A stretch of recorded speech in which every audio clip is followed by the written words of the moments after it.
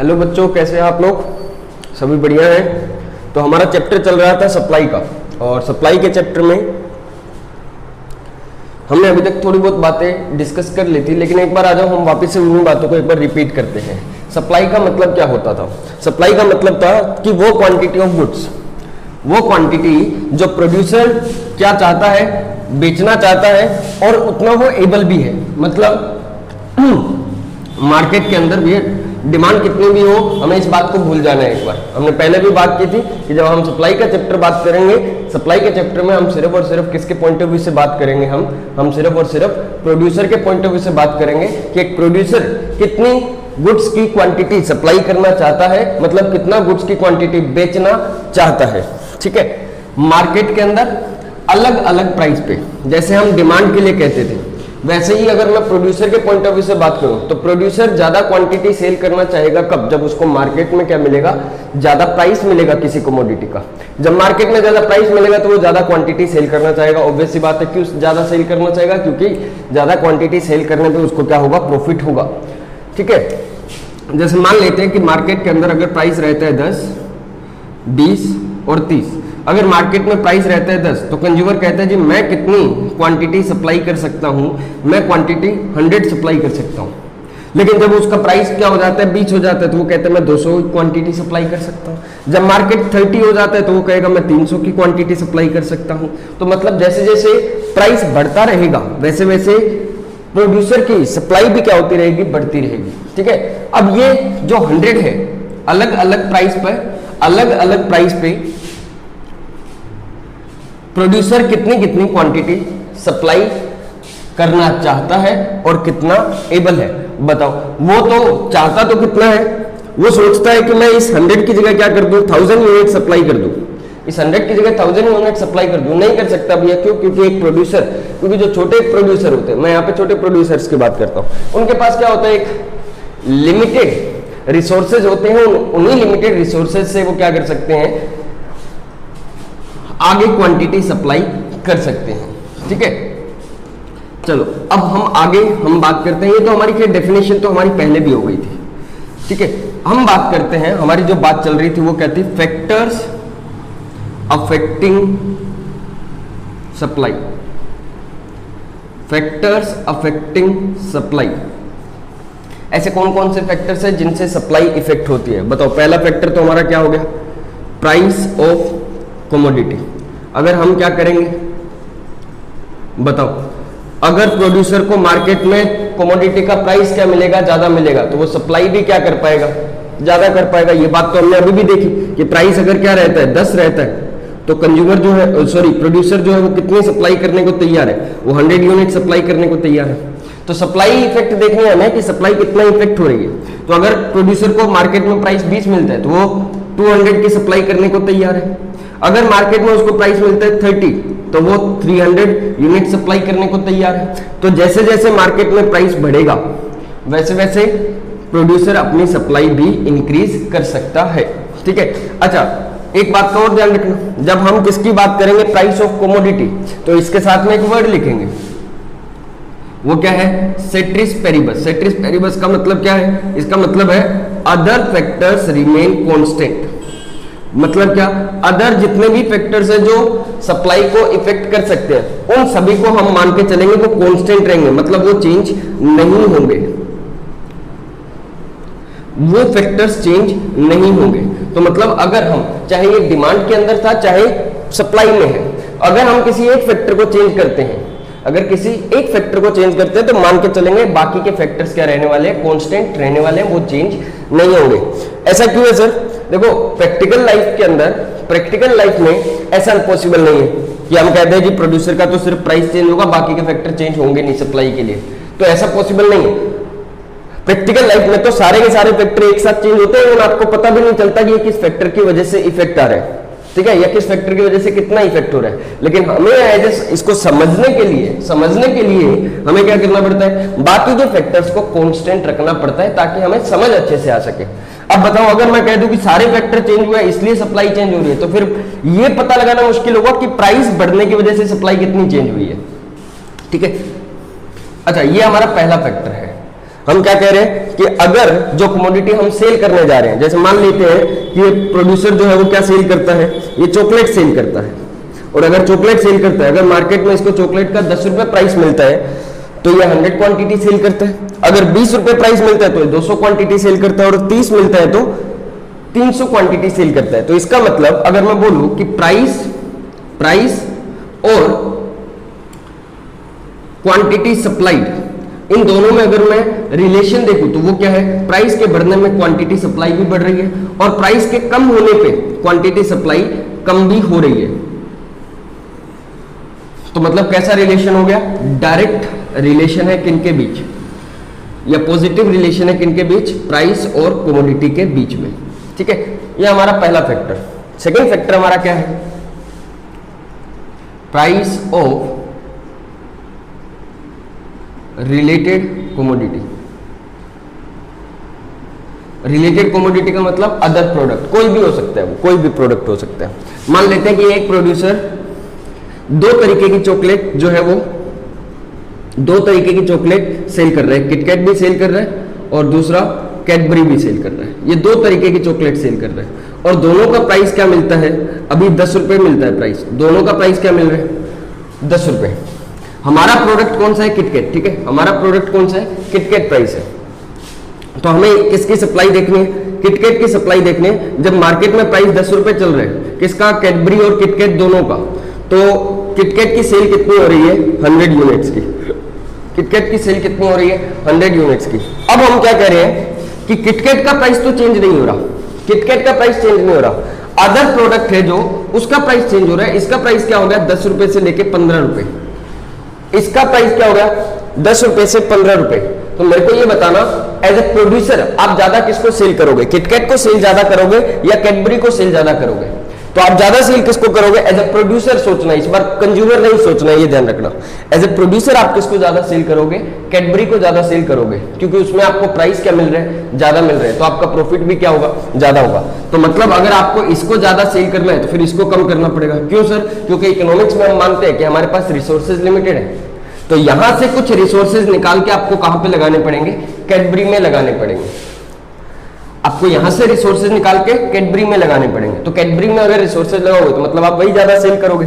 तो अगर मैं क्या बोलूं कि प्राइस ऑफ रिलेटेड कमोडिटी, अगर कैडबरी का प्राइस बढ़ जाए, अगर कैडबरी का प्राइस बढ़ जाए तो हमारी किटकैट की डिमांड सप्लाई जो है वो क्या हो जाएगी, कम हो जाएगी। किटकैट की सप्लाई क्या हो जाएगी, कम हो जाएगी, क्योंकि हम इसको कम सेल करेंगे। और अगर ऐसे ही उल्टा लेके चलो कि कैडबरी का प्राइस कम हो जाए तो फिर प्रोड्यूसर ज्यादा सेल किसको करेगा, किटकैट को ज्यादा सेल करेगा। ठीक है, तो जिसमें ज्यादा प्रॉफिट होगा हम उसको क्या करेंगे, ज्यादा सेल करेंगे। तो यहाँ पे रिलेशन कैसा हो गया, इनवर्स रिलेशन हो गया किनके बीच, प्राइस ऑफ रिलेटेड कमोडिटी के बीच। ये तो हमारे हो गए दो फैक्टर। कौन कौन से फैक्टर हो गए, एक तो प्राइस ऑफ ऑन कमोडिटी, यहाँ पे मैं क्या लिख देता हूं, प्राइस ऑफ ऑन कमोडिटी, और दूसरा क्या है, प्राइस ऑफ रिलेटेड कमोडिटी। तो ये दो फैक्टर हो गए हैं अभी तक। थर्ड जो हमारा फैक्टर है,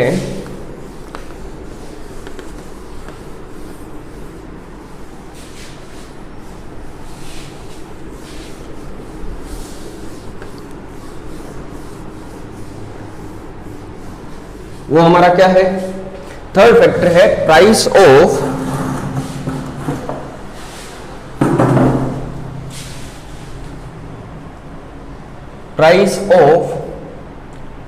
फैक्टर्स ऑफ प्रोडक्शन।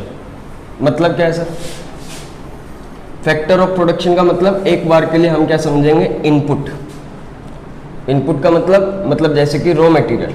तो अगर इनके प्राइस क्या होते हैं, किनके फैक्टर ऑफ प्रोडक्शन के प्राइस अगर क्या हो जाते हैं, चेंज हो जाते हैं, तो इससे इफेक्ट हमारा क्या पड़ता है, हमारी कॉस्ट पे इफेक्ट पड़ता है। मतलब वो प्रोडक्ट, वो गुड्स को बनाने की जो लागत है उस पर हमारा क्या हो रहा है, इफेक्ट पड़ेगा। जैसे मान लेते हैं कि किटकैट को बनाने के लिए, किटकैट का प्राइस बताओ कितना है, और किटकैट का प्राइस क्या है, 10 रुपए। 10 रुपए में सेल कर रहे हैं। जब प्राइस 10 रुपए तो हम कितनी क्वांटिटी सेल कर पा रहे हैं, 100। ये क्या है, अच्छा चलो मैं इसको और सही से लिखता हूं। किटकैट का जो प्राइस है वो कितना है, 10 रुपए। मतलब मार्केट में भी 10 रुपए में सेल हो रही है। कितनी क्वांटिटी सेल कर पा रहे हैं हम क्वांटिटी सेल कर पा रहे हैं 100 यूनिट सेल कर पा रहे हैं। कब, जब प्राइस कितना है 10। तो सर इसको बनाने में कॉस्ट भी तो लग रही होगी, हाँ कॉस्ट भी लग रही है। कितने रुपए कॉस्ट लगती है? तो कैडबरी को बनाने के लिए, चॉकलेट को बनाने के लिए मान लेते हैं मिल्क लगते हैं, चोको पाउडर लगते हैं, तो ये जो कॉस्ट आ रही थी वो कितनी आ रही थी? 8 रुपए कॉस्ट आ रही थी। तो प्रॉफिट कितना था? प्रॉफिट कितना हो रहा था बताओ? हर यूनिट पर 2 रुपए का प्रॉफिट था, हर यूनिट पर 2 रुपए का प्रॉफिट था, और हम 100 यूनिट सेल कर रहे थे तो हमें 200 रुपए का टोटल प्रॉफिट हो रहा था। अब हम कह रहे हैं कि प्राइस को चेंज नहीं करना। किसको चेंज नहीं करना? प्राइस को चेंज नहीं करना, वो तो पहला फैक्टर था। अगर प्रोडक्ट के प्राइस को भी चेंज नहीं करना, मतलब किसके प्राइस को चेंज नहीं करना? कैडबरी के प्राइस को भी चेंज नहीं करना। तो हम किसको चेंज कर रहे हैं? इनपुट के प्राइस को चेंज कर रहे हैं। ये जो है ना, ये इनपुट लगा हुआ है, यहाँ पे मिल्क की कॉस्ट भी थी, चोको पाउडर की कॉस्ट भी थी, जिसने ये बनाया उसकी कॉस्ट भी थी, मतलब लेबर की कॉस्ट भी थी। ये सब मिला के कितने रुपए आ रही थी? एक यूनिट की कॉस्ट कितनी आ रही थी? 8 रुपए। एक यूनिट की कॉस्ट कितनी आ रही थी? 8 रुपए। अब मैं कह रहा हूं कि हमारा ये यूनिट क्या हो गया, मतलब ये जो कॉस्ट हो गई वो थोड़ी कम पड़ने लग गई। चोको पाउडर सस्ता आने लग गया, मिल्क थोड़ा सस्ता हो गया। तो अगर सस्ता हो गया तो मान लेते कितना रुपए होने लग गया? 7 रुपए। ये कॉस्ट हमें कितनी पड़ने लग गई है? 8 रुपए की जगह कितनी कॉस्ट पड़ रही है? 7 रुपए। प्राइस तो अभी भी कितना है? 10। प्राइस को तो चेंज करना ही नहीं, क्योंकि हम जब भी एक फैक्टर चेंज करेंगे तो बाकी के फैक्टर क्या मान के चलेंगे? कांस्टेंट मान के चलेंगे। तो मतलब वर्ड क्या लिखेंगे? सेट्रिस पेरिबस। तो मतलब बाकी के फैक्टर तो हमारे क्या है? कांस्टेंट है, वो तो चेंज होंगे ही नहीं। तो प्राइस 10 और कॉस्ट कितनी बढ़ रही है? 7। मतलब प्रॉफिट अभी कितने का होने लग गया? 3 रुपए का प्रॉफिट होने लग गया। तो क्या अभी भी 100 यूनिट सेल करोगे या ज्यादा यूनिट सेल करना चाहोगे? अब तो ज्यादा प्रॉफिट हो रहा है ना, ज्यादा प्रॉफिट हो रहा है, तो अब तो मैं ज्यादा यूनिट सेल करना चाहूंगा। तो मैंने 150 यूनिट सेल कर दी। तो अब बताओ प्रॉफिट कितना हो गया? 450 का।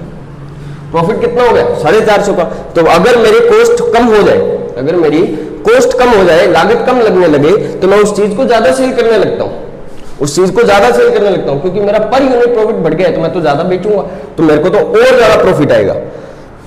ठीक है, तो मेरी यहां पे मैंने कितनी क्वांटिटी बढ़ा दी? 50 की क्वांटिटी बढ़ा दी। अच्छा, उसका उल्टा भी ले सकते हैं कि मान लेते हैं 7 रुपए से क्या होगी? कॉस्ट 8 रुपए होगी, तो मैं कम सेल करूंगा, फिर उतना सेल नहीं करूंगा। ठीक है, तो अगर मैं रिलेशन देखूं तो रिलेशन क्या बन रहा है? तो अगर मैं कहूं कि मेरी कॉस्ट बढ़ जाए, अगर मैं कहूं कि मेरी कॉस्ट बढ़ जाए, या मैं बोलूं प्राइस बढ़ जाए फैक्टर ऑफ प्रोडक्शन का, तो ऐसे केस में मैं क्वांटिटी कम सेल करता हूं या ज्यादा सेल करता हूं? बताओ, 7 से अगर 8 हो जाए तो क्वांटिटी मैंने क्या कर दी? क्वांटिटी सप्लाई मैंने क्या कर दी? कम कर दी। और यही अगर मेरी कॉस्ट क्या हो जाए? कम हो जाए, तो मैं क्वांटिटी बढ़ा देता हूं। तो मतलब कॉस्ट, या मैं बोलूं price of related, price of factor of production और सप्लाई में कैसा रिलेशन है? दोनों में कैसा रिलेशन हो गया? इनवर्स रिलेशन हो गया। कैसा रिलेशन हुआ है हमारा? Inverse relation. तो हमारे 3 फैक्टर हो गए हैं जो प्राइस के ऊपर इफेक्ट डालते हैं। अच्छा, और क्या है? और है नेक्स्ट हमारा क्या है? State of technology. अच्छा, इसका भी इंपैक्ट इनडायरेक्टली किसके ऊपर पड़ता है? आपके कॉस्ट के ऊपर पड़ता है। इसका भी इफेक्ट आपका इनडायरेक्टली किसके ऊपर पड़ेगा? आपके कॉस्ट के ऊपर पड़ेगा। लेकिन चलो कॉस्ट को छोड़ो, हम तो ये कहते हैं कि आप जो प्रोडक्शन कर रहे हो, आप जो सप्लाई कर रहे हो, जो प्रोडक्शन कर रहे हो, वो किस टेक्नोलॉजी के साथ कर रहे हो? किस टेक्नोलॉजी का मतलब क्या आपके पास में अच्छी टेक्नोलॉजी है? अच्छी टेक्नोलॉजी है, जैसे मान लेते हैं कि मेरे पास एक अच्छी मशीन है, जो एडवांस टेक्नोलॉजी वाली मशीन है मेरी। अब ये जो मेरी मशीन है, ये क्या कर सकती है? ज्यादा यूनिट्स प्रोड्यूस कर सकती है।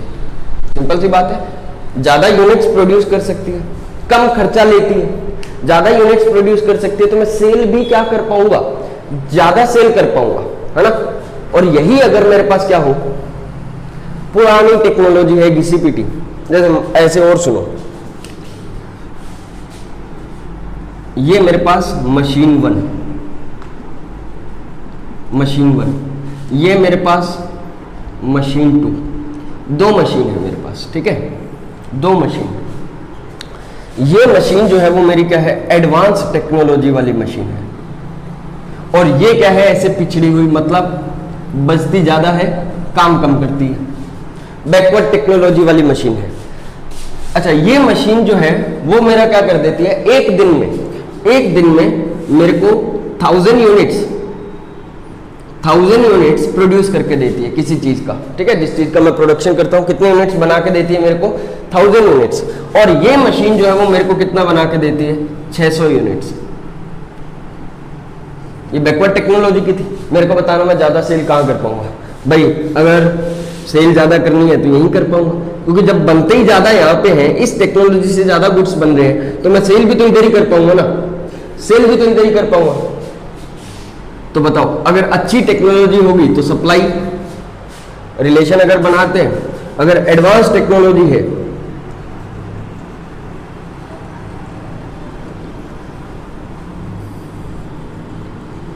अगर एडवांस टेक्नोलॉजी है तो सप्लाई क्या कर पाऊंगा मैं, ज्यादा सप्लाई कर पाऊंगा। यही अगर क्या हुई, बैकवर्ड टेक्नोलॉजी हुई मेरे पास, तो मैं सप्लाई क्या कर पाऊंगा, कम कर पाऊंगा। तो टेक्नोलॉजी का भी इफेक्ट पड़ता है कि आप किस टेक्नोलॉजी को इस्तेमाल कर रहे हो। अच्छा, इसका और अगर देखते हैं कि क्या आप लेबर इंटेंसिव टेक्निक अपना रहे हो या कैपिटल इंटेंसिव टेक्निक अपना रहे हो, उससे भी हम रिलेशन देख सकते हैं। जैसे अगर मैं बोलूं कि मेरा ज्यादातर काम किसके थ्रू होता है, लेबर के थ्रू होता है, तो लेबर क्या करती है, अब बताओ मेरे को बताना, लेबर और मशीन में से ज्यादा एफिशिएंट कौन होगा, लेबर और मशीन में से मैं ज्यादा प्रोडक्शन कहाँ कर पाऊंगा, लेबर के थ्रू या मशीन के थ्रू। सिंपल सी बात है, मशीन के थ्रू मैं ज्यादा काम कर पाऊंगा। तो मैं अगर क्या करता हूँ, लेबर यूज करता हूँ ज्यादा, अगर मेरे यहाँ पे टेक्निक कैसी है, लेबर इंटेंसिव टेक्निक है, तो मेरी सप्लाई थोड़ी क्या रहती होगी, कम, क्योंकि उतना प्रोडक्शन नहीं हो पाता। मशीन से मैं ज्यादा प्रोडक्शन कर पाता हूँ। मशीन जहाँ पे यूज होती है वहां के लिए एक वर्ड यूज किया जाता है, कैपिटल इंटेंसिव टेक्निक। जहाँ पे मशीनों को ज्यादा यूज किया जाता है उसको क्या बुलाते हैं, कैपिटल इंटेंसिव टेक्निक। ये ज्यादा डिटेल में आगे हम कहीं बात करेंगे, ठीक है। अभी के लिए तो सिर्फ इतना ही बहुत है, जहां मशीनों से काम हो रहा है उसको हम क्या बुलाते हैं, कैपिटल इंटेंसिव टेक्निक। तो अगर मैं कैपिटल इंटेंसिव टेक्निक मतलब मशीनों से ज्यादा काम होता है मेरा, तो मेरे फिर सप्लाई में क्या कर पाऊंगा, ज्यादा कर पाऊंगा। तो मेरे 4 फैक्टर हो गए हैं, 4 फैक्टर ऑफ प्रोडक्शन है, मतलब 4 फैक्टर्स हैं जिनसे हम क्या कर पाएंगे, हमारी सप्लाई जो है इफेक्ट करती है। नेक्स्ट हमारा फैक्टर क्या है,